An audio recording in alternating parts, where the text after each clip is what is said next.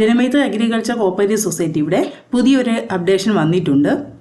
പരീക്ഷ പാസ്സായി certificate download ചെയ്തിട്ടും പൊസിഷൻ ലിസ്റ്റിൽ പേര് വന്നിട്ടില്ല എങ്കിൽ താങ്കളുടെ ഹാൾ ടിക്കറ്റ് കോപ്പിയും സർട്ടിഫിക്കറ്റിൻ്റെ കോപ്പിയും താഴെ വാട്സാപ്പ് നമ്പർ കൊടുത്തിട്ടുണ്ട്. ആ വാട്സാപ്പ് നമ്പറിലോട്ട് അയക്കാനാണ് പറയുന്നത്. അടുത്തത്, പാർട്ട് മാറി ലിസ്റ്റിൽ വന്നിട്ടുള്ളവ സൈറ്റിലുള്ള കറക്ഷൻ ഫോം പൂരിപ്പിച്ച് അതിലുള്ള റിമാർക്സ് കോളത്തിൽ കാരണം എഴുതുക. താങ്കൾ അപേക്ഷിച്ച പാർട്ട് വിവരങ്ങളാണ് കറക്ഷൻ ഫോമിൽ പൂരിപ്പിക്കേണ്ടത്. ഏത് പാർട്ടിലാണ് അപേക്ഷിച്ചതെന്നാണ് കറക്ഷൻ ഫോമിൽ ഫില്ല് ചെയ്ത് കൊടുക്കേണ്ടത് കേട്ടോ. അടുത്തത്, നിലവിൽ നൽകിയിട്ടുള്ളത് മാർക്ക് പൊസിഷൻ ലിസ്റ്റാണ്. ഒഴിവുകളുടെ അടിസ്ഥാനത്തിൽ ഒരു വേക്കൻസിക്ക് 7 അപേക്ഷകൾ എന്ന ക്രമത്തിൽ ലിസ്റ്റ് തയ്യാറാക്കി 25/3/2024 പ്രസിദ്ധീകരിക്കുന്നതാണ്. ഇതായിരിക്കും മെരിറ്റ് ലിസ്റ്റ്. കൺഫർമേഷൻ ഫോമിൽ പൂരിപ്പിക്കുന്ന ബ്രാഞ്ചിലേക്ക് മാത്രമേ നിയമനം നടക്കൂ എന്നതുകൊണ്ട് മാർക്ക് കുറഞ്ഞവർക്കും നിയമനം ലഭിക്കുവാൻ സാധ്യതയുണ്ട്. ഇതിപ്പോൾ ഇന്ന് വന്നിട്ടുള്ളത് പൊസിഷൻ ലിസ്റ്റ് മാത്രമാണ്. ഒഴിവുകളുടെ അടിസ്ഥാനത്തിൽ 25/3/2024 പ്രസിദ്ധീകരിക്കുന്നതാണ്.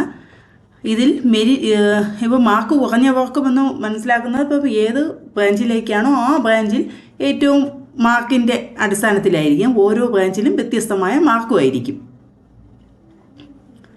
അടുത്തത്, ജില്ലാ ബ്രാഞ്ച് തലത്തിൽ നടക്കുന്ന merit list A class, B class, C class എന്നിങ്ങനെ 3 തരത്തിലായിരിക്കും. അതിൽ എ ക്ലാസ്സിനായിരിക്കും ആദ്യ പരിഗണന, ബി ക്ലാസ് രണ്ടാമത്തതും സി ക്ലാസ് മൂന്നാമത്തതുമായിരിക്കും. അപ്പോൾ അതനുസരിച്ചായിരിക്കും ഇൻ്റർവ്യൂവിന് ക്ഷണിക്കുന്നത്. എ ക്ലാസ്സുകാരെയും രണ്ടാമതിൽ ക്ഷണിക്കുന്നത് ബി ക്ലാസ്സുകാരെയും ആയിരിക്കും.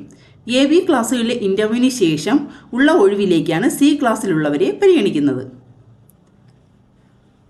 അടുത്തത്, പാർട്ട് 2 മെരിറ്റ് ലിസ്റ്റിൽ മാർക്കിൻ്റെ വ്യതിയാനങ്ങൾ കാണുന്നത് പാർട്ട് 1 എഴുതിയവരുടെ ലിസ്റ്റ് പാർട്ട് 2 മാറിക്കിടക്കുന്നതിലാണ്.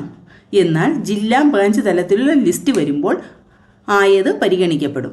പാർട്ട് 1 2 ഉള്ളവർ ഏതെങ്കിലും ഒരു പാർട്ട് തിരഞ്ഞെടുക്കുമ്പോൾ പൊസിഷൻ ലിസ്റ്റിൽ നിന്നും അവ ഡിലീറ്റ് ആവുന്നതാണ്.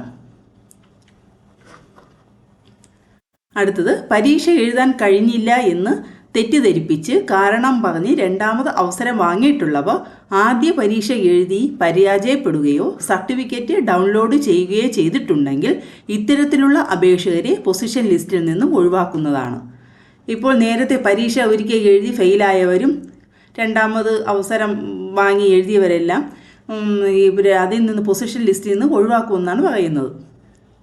പിന്നെ ഓരോ സമയത്തെ നിയമനങ്ങളെ സംബന്ധിച്ചുള്ള വിവരങ്ങൾ ജനമൈത്രിയുടെ വെബ്സൈറ്റിൽ പ്രസിദ്ധീകരിക്കുന്നതാണെന്നും പറഞ്ഞിട്ടുണ്ട്.